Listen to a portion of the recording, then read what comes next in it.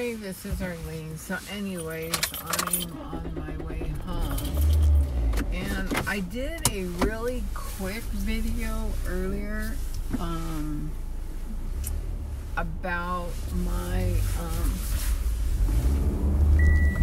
shoot, which way am I supposed to go? I think this is it. Okay, so anyways, I did a video earlier because my cousin had given me a gift card to Panera for Christmas, and then my other cousin gave me, I believe it's a Red Robin. It wasn't for Christmas, but I had it and I just never used it because there's no real Red Robin around here. So anyways, it's a Red Robin or Chili's, one of the two. I knew the card was red. So anyways, I had it in my wallet, and the Panera card I know I had because I had not disconnected it from the actual card. You know, it's on that cardboard. So I had not disconnected it. And somebody took it. I already know they go through my wallet because the reason why I know is because I have in my zipper compartment of my wallet, I have everything in a certain order based on my usage. So when I see something out of place, well, the only person would be me. And my wallet is always in my backpack. So I never leave my backpack unattended. So that would mean the only way somebody can get into my wallet would mean that they would have to have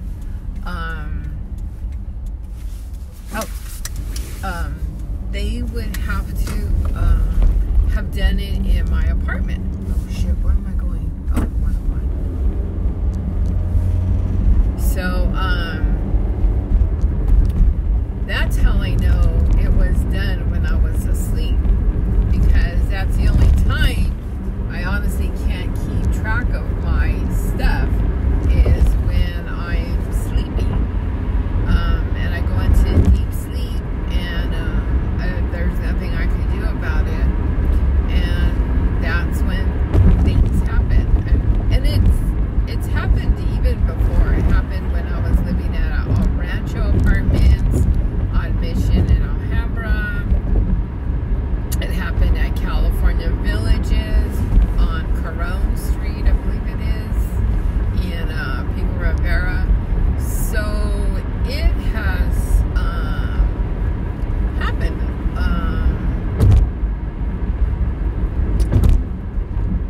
So it's not like the first time. So in that situation, now when I lived in Whittier Woods, I don't think anything happened. That's when I just started like realizing I was getting targeted and stuff. And prior to that, I don't remember anything at that apartment. It all started when that I know of, when I was living in Whittier Woods in Whittier on Workman Mill Road. It's right across from the Allen County Sanitation Department and Swiss Park, right there. And it's like a little island, and it's just those condo townhouses by themselves. So I know they go through my stuff and take things, and sometimes things come back, just depending. But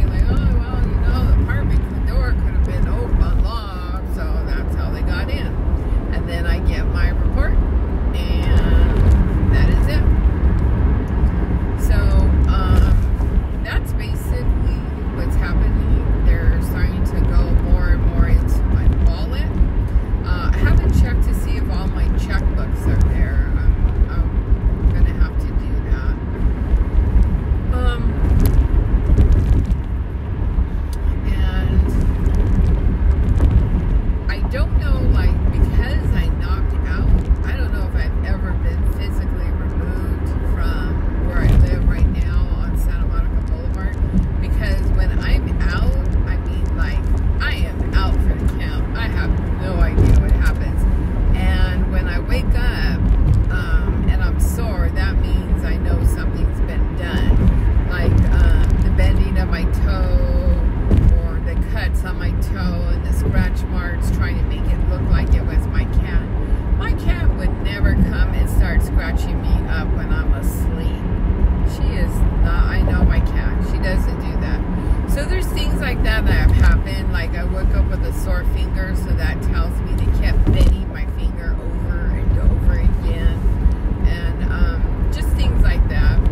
Now, it's happening in my apartment that has security at night, though I don't see it. And also,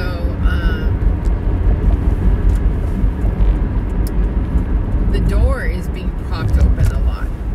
Like one night, the door was open, and I went outside. There was no like work truck, nothing, just regular cars. So I closed the door, and this guy came out of the washroom. I don't know who he was. I've never seen him before. And I watched him walk out, and he turned and he looked at me because I wanted to see if he was going to prop the door open. Then the next morning, which was yesterday morning, I woke up and I was like, oh, somebody propped the door open. And sure enough, the door was open. There was no wood truck, nothing on the side entrance. So that told me, okay, it's been propped open, and it was really cold down there. So that tells me that it was propped open for a while. So, when it's open like that, then that means anything, anybody can come in, it's open to anybody.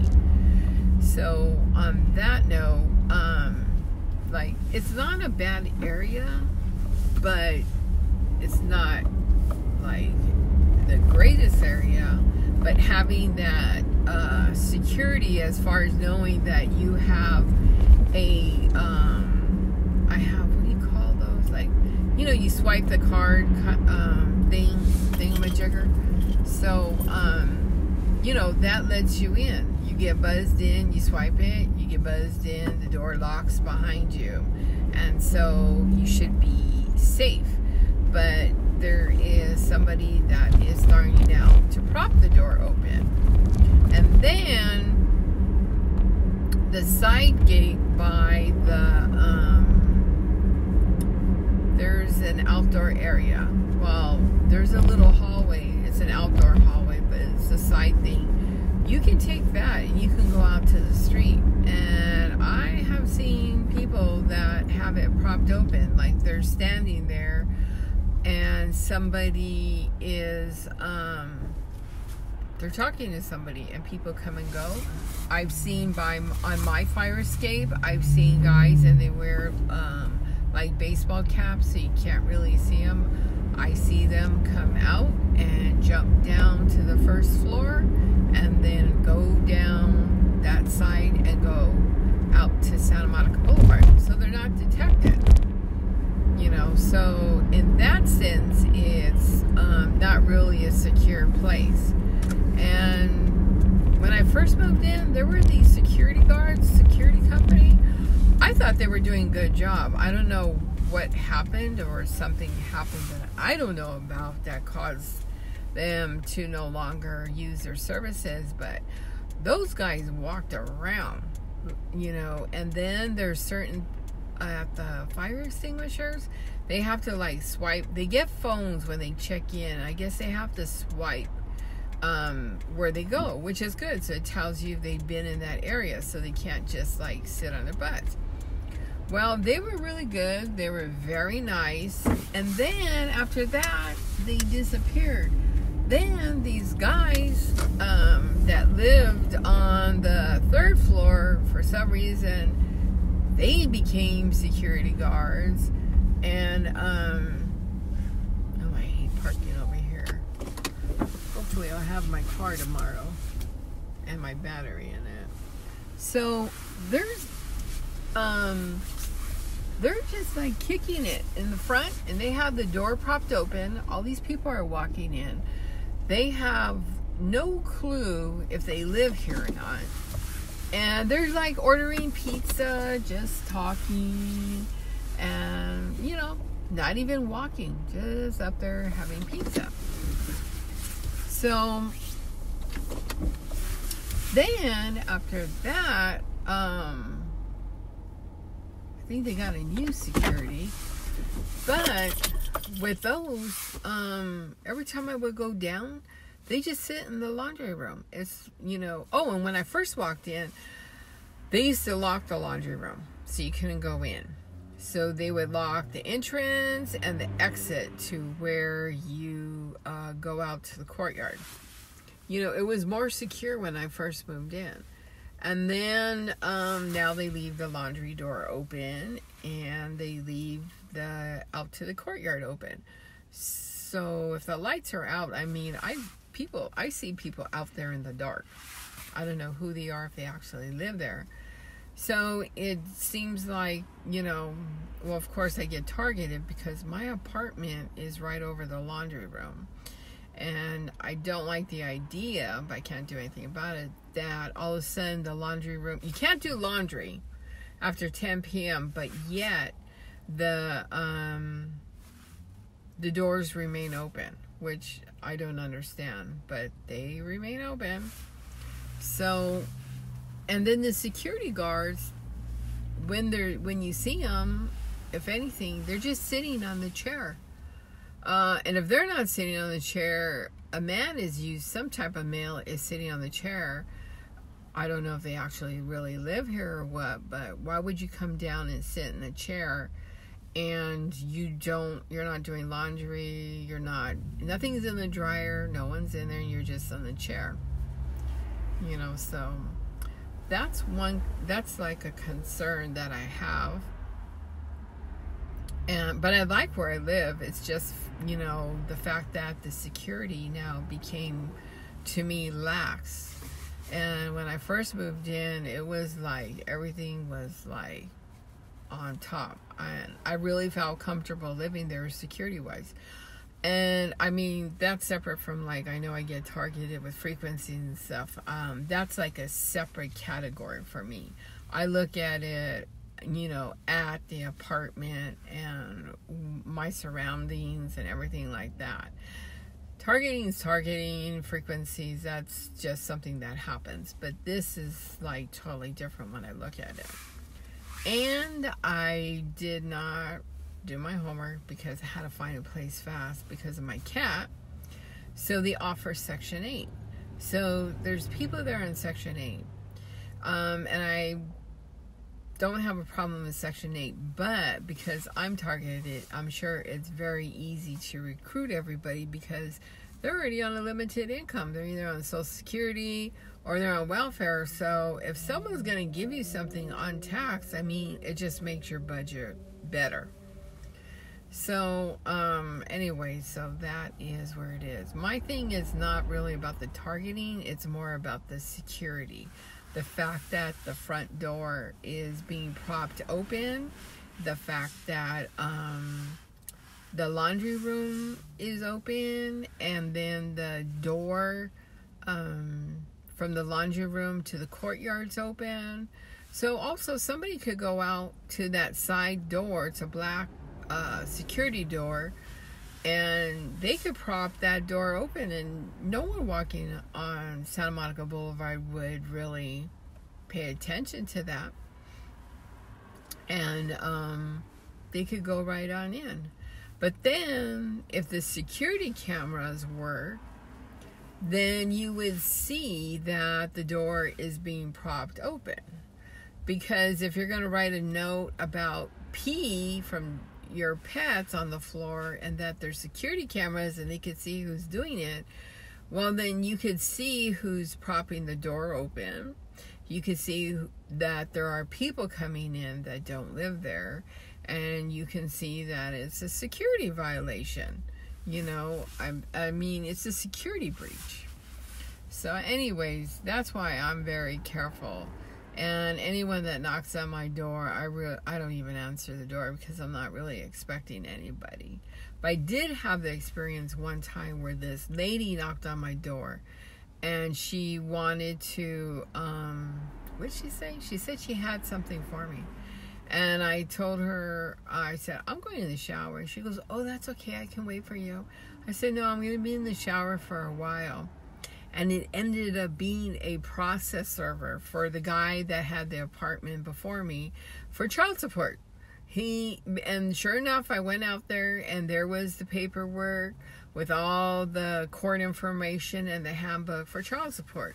So whoever lived there before me, I guess they were looking for them, or obviously they're not paying their child support. So anyways, I just put that down in the lobby for the building or whoever. But yeah, so that is what is going on. And so I'm having a lot of theft now. And also I'm getting more frequencies. Like right now I'm getting frequencies to my hip and on both sides. And it's coming from my seat from behind, the lower lumbar area of my seat. So I'm getting more frequencies and stuff, and theft. I'm more concerned about the theft. And the fact that there's no real like security and stuff like that. So separate from the people that come and go into the apartments to do the targeting, you know, it's like anybody can go in now, you know, because usually the people that do go, I'm assuming they have keys and stuff, because every time I've seen people when they do the time sharing, they have a key to the apartment, so that means they have access to get into that apartment. And then people that just stand there at the apartment door and they don't have keys, to me, they don't belong there. So that's it. So anyways, my Panera card is gone, and my Red Robin, or I think it's Chili's actually. I think it's Chili's. They're both gone. And they were stolen from me. So anyways, that's just what happens. But there's going to come a point, I'm just going to go to the police department and start filing reports and stuff for stuff that is going missing in my apartment, just like I did for the battery. So I didn't bring my battery back, but for me it was just the idea that I was able to file a police report for my record and just go through the process with that. So anyways, I probably better get back to my place because it's already going to be 8 o'clock.